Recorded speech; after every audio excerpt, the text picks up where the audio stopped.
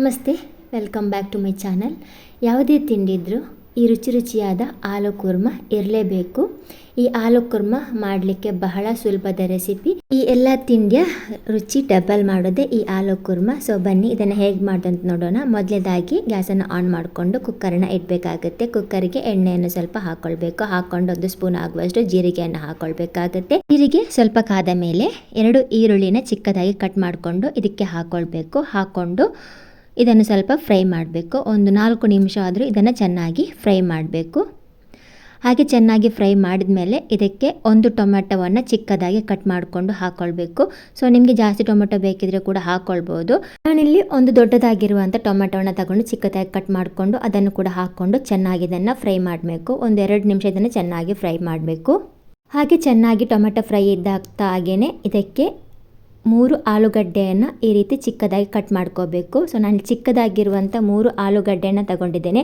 ಹಾಗೆ ನಿಮಗೆ ಎಷ್ಟು ಆಲೂಗಡ್ಡೆ ಬೇಕೋ ನೀವು ನೋಡಿಕೊಂಡು ತಗೊಳ್ಬೋದು. ನಾನಿಲ್ಲಿ 3 ಆಲೂಗಡ್ಡೆಯನ್ನು ಚಿಕ್ಕದಾಗಿ ಕಟ್ ಮಾಡಿಕೊಂಡು ಇದನ್ನು ಕೂಡ ಹಾಕ್ಕೊಳ್ಬೇಕು. ಹಾಗೆ ಸ್ವಲ್ಪ ಬಟಾಣಿಯನ್ನು ಹಾಕ್ಕೊಳ್ಬೇಕು. ಹಸಿ ಬಟಾಣಿಯನ್ನು ಇದಕ್ಕೆ ಹಾಕ್ಕೊಂಡು ಅದಾದಮೇಲೆ ರುಚಿಗೆ ತಕ್ಕಷ್ಟು ಉಪ್ಪನ್ನು ಕೂಡ ಹಾಕ್ಕೊಂಡು ನಂತರ 1/2 ಸ್ಪೂನ್ ಆಗುವಷ್ಟು ಅರಿಶಿನ ಪೌಡ್ರನ್ನು ಹಾಕ್ಕೊಂಡು ಚೆನ್ನಾಗಿ ಇದನ್ನು ಫ್ರೈ ಮಾಡಬೇಕು.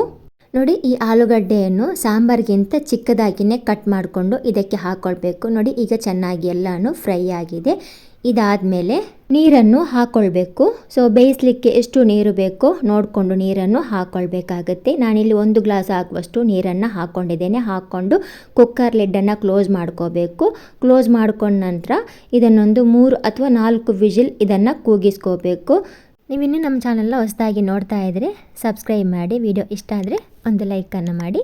ಹಾಗೆ ಕುಕ್ಕರ್ ವಿಜಿಲ್ ಕೂಡ ಇಲ್ಲಿ ಕಂಪ್ಲೀಟಾಗಿ 4 ವಿಜಿಲ್ ಆಗಿದೆ. ಗ್ಯಾಸನ್ನು ಆಫ್ ಮಾಡೋಣ. ಆಫ್ ಮಾಡಿಕೊಂಡು ಇದಕ್ಕೆ ಕಂಪ್ಲೀಟಾಗಿ ಇದರ ಲಿಡ್ಡೆಲ್ಲ ತಣ್ಣಗಾಗಲಿ. ಅಷ್ಟರಲ್ಲಿ ನಾವು ಇದಕ್ಕೆ ಮಸಾಲೆಯನ್ನು ಈಗ ರೆಡಿ ಮಾಡುವ. ಸಿಂಪಲ್ ಮಸಾಲೆ, ತುಂಬ ಟೇಸ್ಟಿಯಾಗಿರುವಂಥ ಮಸಾಲೆ. ಈ ಆಲೂ ಕುರ್ಮ ಎಲ್ರೊಮ್ಮೆ ಟ್ರೈ ಮಾಡಲೇಬೇಕು. ನೋಡಿ, ಇದಕ್ಕೆ 1/2 ಕಪ್ ಆಗುವಷ್ಟು ತೆಂಗಿನಕಾಯಿ ತುರಿನ ಹಾಕ್ಕೊಳ್ಬೇಕಾಗತ್ತೆ. ಹಾಗೆ 2 ಚಕ್ಕೆ 3 ಲವಂಗನ ಹಾಕ್ಕೊಳ್ಬೇಕು. ನೆಕ್ಸ್ಟ್ ಗೋಡಂಬಿ ಹಾಗೂ ಗಸಗಸೆಯನ್ನು ಹಾಕ್ಕೊಳ್ಬೇಕಾಗತ್ತೆ. ನೆಕ್ಸ್ಟ್ 1 ಸ್ಪೂನ್ ಆಗುವಷ್ಟು ಜಿಂಜರ್ ಗಾರ್ಲಿಕ್ ಪೇಸ್ಟನ್ನು ಹಾಕ್ಕೊಳ್ಬೇಕು. ನೋಡಿ, ಶುಂಠಿ ಬೆಳ್ಳುಳ್ಳಿ ಪೇಸ್ಟ್ ಇಲ್ಲದಿದ್ದರೂ ಹಾಗೆಯೇ ಕೂಡ ನೀವು ಹಾಕ್ಕೊಳ್ಬೋದು. ಶುಂಠಿ ಹಾಗೂ ಬೆಳ್ಳುಳ್ಳಿಯನ್ನು ಇದಕ್ಕೆ ಡೈರೆಕ್ಟಾಗಿ ಹಾಕ್ಕೊಳ್ಬೋದು. ಹಾಗೆ 1 ಸ್ಪೂನ್ ಆಗುವಷ್ಟು ಸೋಂಪನ್ನು ಹಾಕ್ಕೊಳ್ಬೇಕು. ಹಾಕ್ಕೊಂಡ ನಂತರ ಇದಕ್ಕೆ ಸ್ವಲ್ಪ ನೀರನ್ನು ಹಾಕ್ಕೊಂಡು ನೈಸಾಗಿ ಇದನ್ನು ಗ್ರೈಂಡ್ ಮಾಡ್ಕೋಬೇಕು. ಸೊ ಆದಷ್ಟು ನೈಸಾಗಿ ಇದನ್ನು ಗ್ರೈಂಡ್ ಮಾಡ್ಕೋಬೇಕು. ತುಂಬ ಚೆನ್ನಾಗಾಗುತ್ತೆ ಈ ಆಲೂ ಕುರ್ಮ. ಹಾಗೆ ಒಮ್ಮೆ ಟ್ರೈ ಮಾಡಿ ನೋಡಿ. ಸೂಪರ್ ಆಗಿರುವಂಥ ಆಲೂ ಕುರ್ಮ.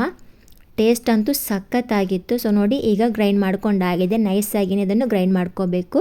ನೋಡಿ, ಚಪಾತಿ, ಪೂರಿ, ರೊಟ್ಟಿ, ಪರೋಟ ಇದರ ಜೊತೆಗೆ ಈ ಕುರ್ಮ ಇರಲೇಬೇಕು. ಎಲ್ಲ ತಿಂಡಿಗೆ ಇದು ರುಚಿ ಡಬಲ್ ಮಾಡೋದೇ ಈ ಆಲೂ ಕುರ್ಮ. ಸೊ ಹಾಗಾಗಿ ಒಮ್ಮೆ ಟ್ರೈ ಮಾಡಿ ನೋಡಿ, ಇದನ್ನು ಚೆನ್ನಾಗಾಗುತ್ತೆ. ಸೊ ಈಗ ನೋಡಿ, ಕುಕ್ಕರ್ ಲಿಡ್ಡನ್ನು ಓಪನ್ ಮಾಡೋಣ. ಕುಕ್ಕರ್ ಲಿಡ್ಡು ಕೂಡ ಇಲ್ಲಿ ತಣ್ಣಗಾಗಿದೆ.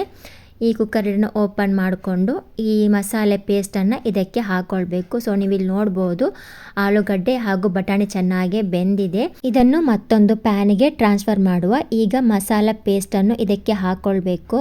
ಹಾಕ್ಕೊಂಡು ಇದನ್ನು ಮಿಕ್ಸ್ ಮಾಡ್ಕೋಬೇಕು. ಸೊ ನೀರು ಹಾಕೋಬಾರ್ದು. ನೀರು ಹಾಕೋದಕ್ಕಿಂತ ಮುಂಚೆ ಇದನ್ನು ಮಿಕ್ಸ್ ಮಾಡ್ಕೋಬೇಕು. ಚೆನ್ನಾಗಿ ಮಿಕ್ಸ್ ಮಾಡ್ಕೋಬೇಕು.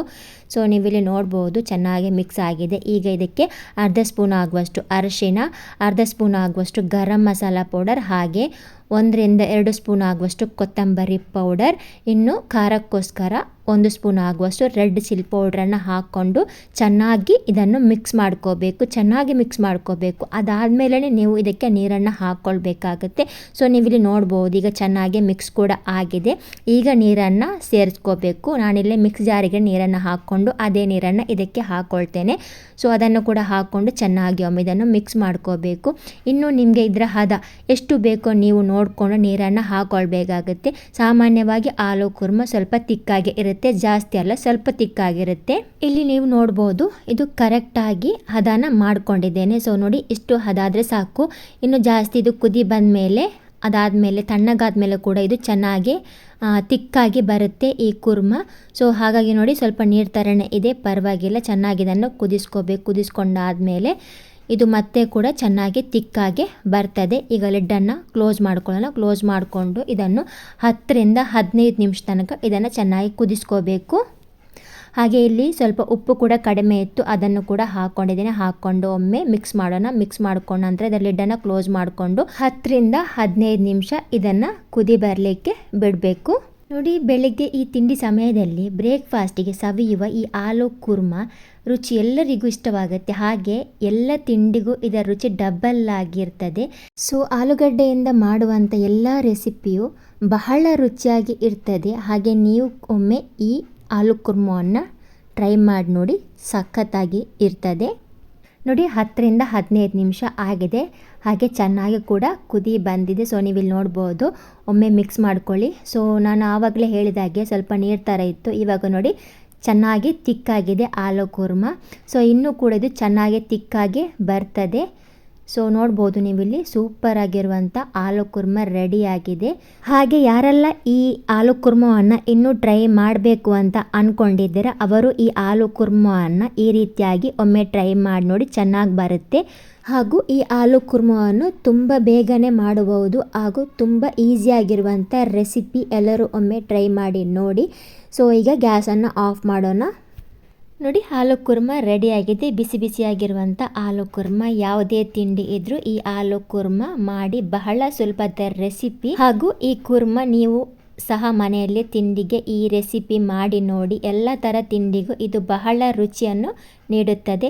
ಸೊ ನೋಡಿದ್ರಲ್ಲ ಫ್ರೆಂಡ್ಸ್, ಆಲೂ ಕುರ್ಮವನ್ನು ಈಸಿಯಾಗಿ ಹಾಗೂ ಡಿಫ್ರೆಂಟಾಗಿ ಟೇಸ್ಟಿಯಾಗಿ ಹೇಗೆ ಮಾಡ್ಬೋದು ಅಂತ ನೀವು ಒಮ್ಮೆ ಮನೆಯಲ್ಲಿ ಟ್ರೈ ಮಾಡಿ ನೋಡಿ.